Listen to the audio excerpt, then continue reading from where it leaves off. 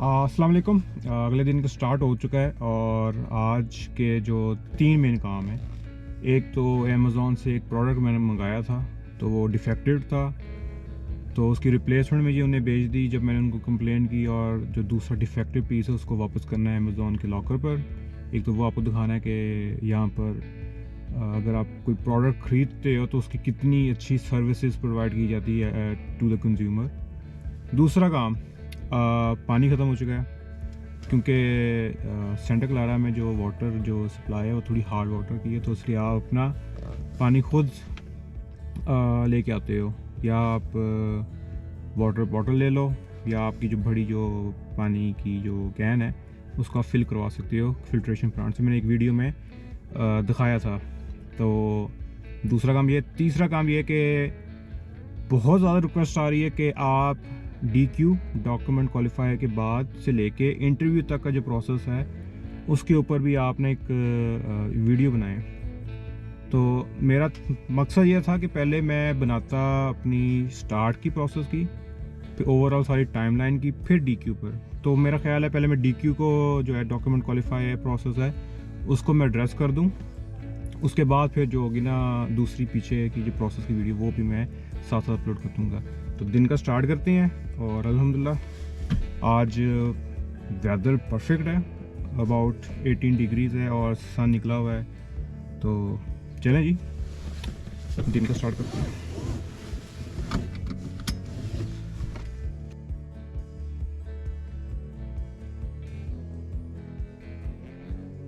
अस्सलाम वालेकुम, welcome back to the channel. मेरा नाम है बासित। अगर आप इस चैनल पर नए हैं तो मैं बेसिकली अपनी जर्नी जो थी पाकिस्तान टू USA वो डॉक्यूमेंट कर रहा हूँ। उसके अलावा जो चैलेंजेस थे और जो सारा प्रोसेस है A to Z I am trying के मैं सारा उन पर वीडियोस बना सकूँ, ताकि अगर कोई नया इमिग्रेंट आ रहा है तो ये वीडियोस उनके लिए हेल्पफुल हो जाएँ। US इमिग्रेशन के 3 स्टेजेस हैं। पहला stage USCIS, second stage NVC national visa centre, और थर्ड होती है जिस कंट्री में आपकी रेजिडेंसी है वहाँ से आपकी US एम्बेसी। मेरे केस में US एम्बेसी इस्लामाबाद। आपने I-130 सबमिट कराया, 5 साल 4 साल के बाद उसकी अप्रूवल आई, आपको फर्स्ट इनिशियल लेटर आ जाता है कि भाई अब आप चिल करें, आपने कुछ नहीं बेचना, कोई बिजनेस नहीं छोड़ना, कोई ख्याली पुलाव नहीं बनाने, ठंडा पानी पी के सुकून करें। अब आपके कई साल गुजर जाएंगे जब आपकी जो प्रायोरिटी डेट है, जब आपने जिस दिन सबमिट कराया था I-130, उस सबमिशन डेट को प्रायोरिटी डेट कहते हैं। हर साल US की जो स्टेट डिपार्टमेंट है वो वीज़ा बुलेटिन इशू करता है कि इतनी मूवमेंट आई है और अब ये वाली प्रायोरिटी डेट वाले केस को हम प्रोसेस कर रहे हैं। फॉर एग्ज़ाम्पल फरवरी ऑफ 2020 में वीज़ा बुलेटिन आता है कि अब हम F4 कैटेगरी के 2017 के केस, अक्टूबर का जो फाइल हुआ था I-130, उसको हम भेज रहे हैं अपना वेलकम लेटर। तो आपको जब आपकी 1 साल रह जाती है प्रायोरिटी डेट में तो आपको वेलकम लेटर आ जाता है। पुराने वक्तों में वो एक्चुअल फिज़िकल लेटर भेजते थे, लेकिन आजकल डिजिटली सब कुछ होता है तो वो ईमेल आ जाती है, लेकिन उसको वेलकम लेटर ही कहते हैं क्योंकि वो आपको इंट्रोडक्शन दे रहे होते हैं। आपको जो आपका काउंसलर इलेक्ट्रॉनिक एप्लीकेशन सेंटर है CEAC, उसकी लॉगिन्स दे रहे होते हैं। तो वो एक आपका ऑफिशियल एक आपका वेलकम आपको होता है कि भाई आपका प्रोसेस इस स्टेज तक पहुंच गया है। जब इनिशियली या जब आपको ये पोर्टल का एक्सेस मिलता है तो इस सारे प्रोसेस को NVC डील कर रहा था, national visa centre NVC। Depending on the case type आपने अपने केस के डॉक्यूमेंट्स अपलोड करने होते हैं। मैं एक पूरी सेपरेट वीडियो बनाऊंगा जिसमें एक तो टाइमलाइन इन डिटेल और क्या क्या डॉक्यूमेंट्स किस तरतीब से अपलोड करने हैं सारा उसमें मेंशन कर दूंगा मैं इंशाल्लाह। जी, आपने डॉक्यूमेंट्स अपलोड कर दिए NVC। अगर उसमें कोई फॉल्ट या कोई रिजेक्शन नहीं आती डॉक्यूमेंट की तो आपको डॉक्यूमेंट क्वालिफाई किया जाता है। तो DQ जो है बेसिकली वो आपको नेक्स्ट स्टेज के लिए, जो लास्ट स्टेज है US एम्बेसी, उसके लिए तैयार करते हैं कि है भाई आपके डॉक्यूमेंट्स पूरे हैं, जो मिनिमल रिक्वायर्ड हैं, जो फर्दर एविडेंस है वो आप अपनी मर्जी से लेकर जा सकते हैं US एम्बेसी। तो वो जब DQ हो जाता है आपका, तो DQ के बाद आपका 90 डेज़ ऑलमोस्ट लगते हैं आपको US एम्बेसी इस्लामाबाद या किसी भी कंट्री कर, तो आपका वहाँ पर इंटरव्यू लेटर आ जाएगा। उस इंटरव्यू लेटर जब आने से आपका जो इंटरव्यू था उसमें कुछ एक्चुअल दिन होते हैं, 2 से 3 हफ्ते का गैप होता है। उसके अंदर आपने एक ऑथराइज जो US एम्बेसी का मेडिकल सेंटर होता है वहाँ से आपने अपना मेडिकल करवाना होता है, और फिर आपका इंटरव्यू जो होता है वो US एम्बेसी इस्लामाबाद में आपने जाके देना होता है।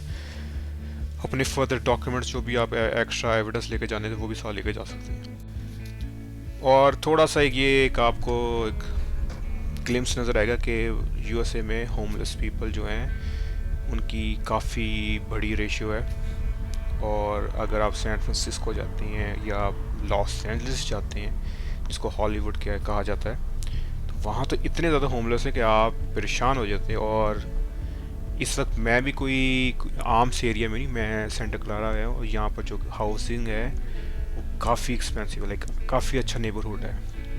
लेकिन रिगार्डलेस कि कितना अच्छा नेबरहुड है, आपको ड्रंक होमलेस भी मिलेंगे, आपको शेडी एलीज भी मिलेंगी, तो आपने अपना बचाव खुद करना होता है।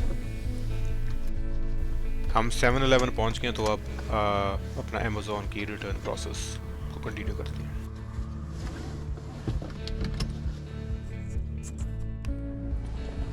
इस तरह के जो अमेज़ॉन की जो रिटर्न्स होती हैं, या तो अमेज़ॉन के जो होल फूड्स के स्टोर्स हैं वहाँ से हो सकती है, या 7-Eleven या UPS के ऑफिस से। तो मेरे पास दोनों ऑप्शन थी कि या तो मैं होल फूड्स पर जाकर करा दूँ, वो थोड़ा कन्वीनियंट ज़्यादा होता है क्योंकि उसमें आपने सिर्फ प्रोडक्ट को लेके जाना है, वही लेबल करते हैं और वही उसको शिप करते हैं। लेकिन जो होल फूड्स मेरे घर के पास है ना, वीकेंड्स में बहुत रश होता है वहाँ पार्किंग मिलती ही नहीं है। तो इसलिए मैंने कहा चलो इस बार जो उनका अमेज़ॉन के ड्रॉप बॉक्स हैं वही ऑप्शन लेते हैं, क्योंकि 7-Eleven बहुत पास है और उसमें ड्रॉप बॉक्स भी है, तो एक्सपेरिमेंट भी हो जाएगा कि कितना कन्वीनियंट है। वरना फिर जो होल फूड्स है उस पर चले जाया करेंगे। चलें जी, स्टार्ट करते हैं, देखते हैं कि रिटर्न प्रोसेस कितना इजी है हमारे लिए। हमारे तो ज़्यादातर होता है ना कि आप चीज़ लेके दुकान से निकलते हो, वापस आते हो, कहते हैं सर आप कौन, हम आपको नहीं जानते, ये प्रोडक्ट आपने हमसे नहीं खरीदा। तो वो स्ट्रेट फॉरवर्ड हो जाते हैं, भाई ये चीज़ वापस होनी नहीं, आपने चीज़ पैसे दे दिए, ये चीज़ अब आपकी है, आपका मसला है कि आपने अब उसके साथ क्या करना है।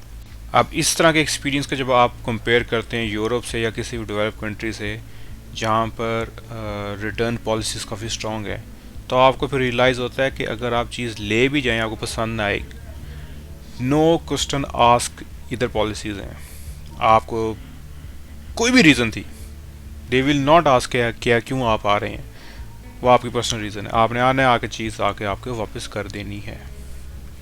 कुछ स्टोर्स हैं वो हल्के से पूछते हैं क्वेश्चंस रिगार्डिंग कि अगर आपको जो है इन स्टोर क्रेडिट चाहिए या आपको कैश ही चाहिए, जो जिस भी मोड ऑफ पेमेंट से आपने पेमेंट की होती है। कुछ सवाल इसलिए पूछते हैं कि वो चाहते हैं कि जो उनका प्रोडक्ट है उसमें कोई डिफेक्ट है तो वो उसको ओवरकम कर सकें। लेकिन ओवरऑल जो है, अगर आपको कुछ चीज़ पसंद नहीं है तो आप मिनिमम आई थिंक 14 डेज़ है और मैक्सिमम मैंने जो देखी है वो 90 डेज़ तक जाता है। बड़ा सिंपल सा प्रोसेस था। अमेज़ॉन की ऐप में जब आप कहते हो कि जिस प्रोडक्ट को मैं रिटर्न कर रहा हूँ, तो वो ऑप्शन देता है कि आपने किस मेथड के थ्रू रिटर्न करना है। तो जब अमेज़ॉन लॉकर्स को सिलेक्ट करते हैं तो उसी में आपको ऐप में ही इंस्ट्रक्शंस भी आ जाती हैं और आपको जो पिन होता है जो बॉक्स का, वो पिन भी आ जाता है। तो आपने बेसिकली पिन डालना है, नीचे बॉक्स खुल जाएगा, उसमें अपना पैकेट रखना है, लिड को क्लोज करना है, दैट्स इट।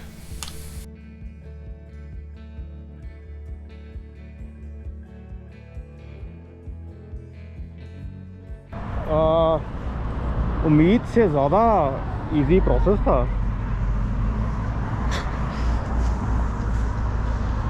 मेरे लिए तो वर्ड्स भी नहीं है कि एक्सप्लेन करूँ कि कितना सिंपल था। चले, अल्हम्दुलिल्लाह हमारा काम हो गया। अब पानी ले हम।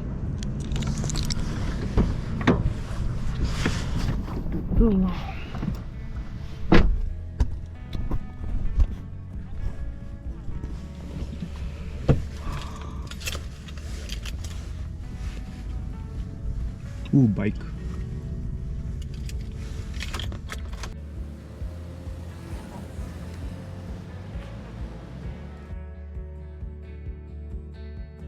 अच्छा, जब आपने अपना प्रोडक्ट को ड्रॉप कर दिया है अमेज़ॉन के ड्रॉप बॉक्स में, तो 2 दिन के बाद आपको अपनी आपकी जो ऐप है उसके अंदर आपका रिटर्न ट्रैक हो रहा होता है। तो उनके वेयर हाउस पहुँचता है, वेयर हाउस जाके उसकी एक इंस्पेक्शन करते हैं। इंस्पेक्शन के बाद आपको वो जो आपका रिफ़ंड होता है वो आपके कार्ड पर वापस चार्ज बैक कर देते हैं।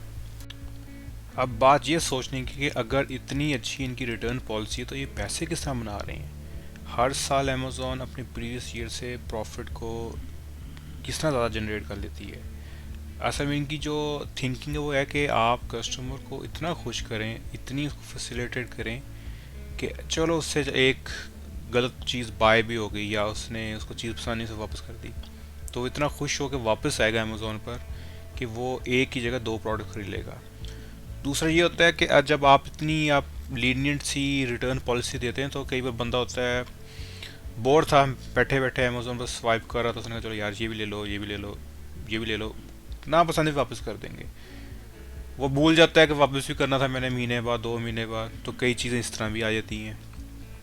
कहने का मकसद ये है कि अगर हम अपने कंट्री में कंपेयर करते हैं, आप चीज़ लेके जाते हैं, आपको पसंद नहीं, या तो कहेंगे भैया आपने 10,000 की ली थी, अब हम आपसे 5,000 की लेंगे, उन्हें उसी को पैक करके बेचना दोबारा।